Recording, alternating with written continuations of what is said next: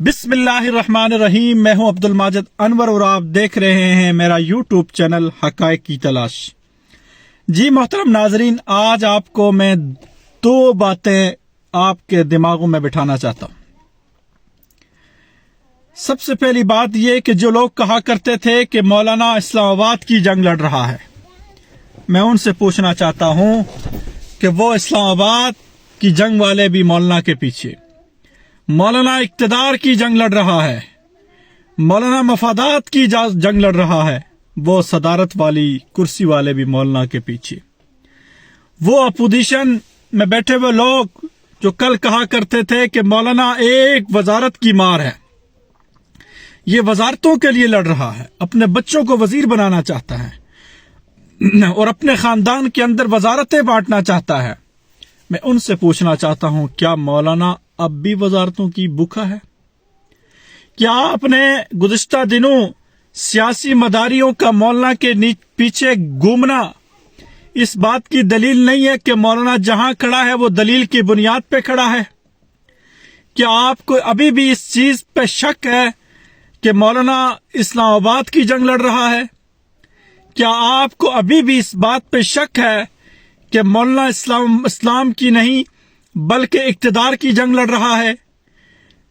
کیا آپ کو ابھی بھی اس بات پہ شک ہے کہ مولانا کے ساتھ جو لوگ کھڑے تھے، پوچھا جاتا ہے کہ حضرت آپ کے ساتھ جو لوگ کھڑے تھے وہ آج دوسری طرف جا کے حکومتی بینچوں میں بیٹھے ہیں، یہ کل پی ڈی ایم میں آپ کے ساتھ تھے؟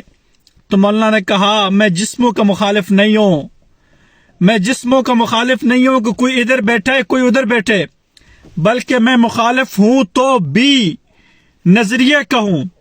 کل وہ جو لوگ کہا کرتے تھے کہ کرپشن ہوئی ہے، کل وہ جو لوگ کہا کرتے تھے 2018 میں دھاندلی ہوئی ہے، وہ نون لیگ جو کہتی تھی دھاندلی ہوئی ہے، اس نون لیگ کو تو 80-82 سیٹیں تو پچھلے سال بھی تھی، 60-65 سیٹیں پچھلے سال بھی تھی۔ وہ پیپلز پارٹی جس کو 54 سیٹیں ملی، 34-35 تو پہلے بھی تھی، تھوڑا بہت اوپر نیچے۔ وہ ایم کیو ایم، اس کو مینڈیٹ دیا گیا، وہ بھی کہتی تھی کہ دھاندلی ہوئی ہے۔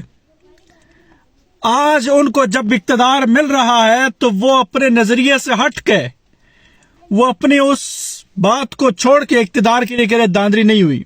وہ پی ٹی آئی جن کو پچھلے دفعہ بھی اتنا ہی مینڈیٹ ملا تھا جتنا آج ہے، کچھ اوپر نیچے، وہ کہہ رہی تھی دھاندلی نہیں ہوئی ہے، آج وہ پی ٹی آئی کے لیے دھاندلی ہوئی ہے۔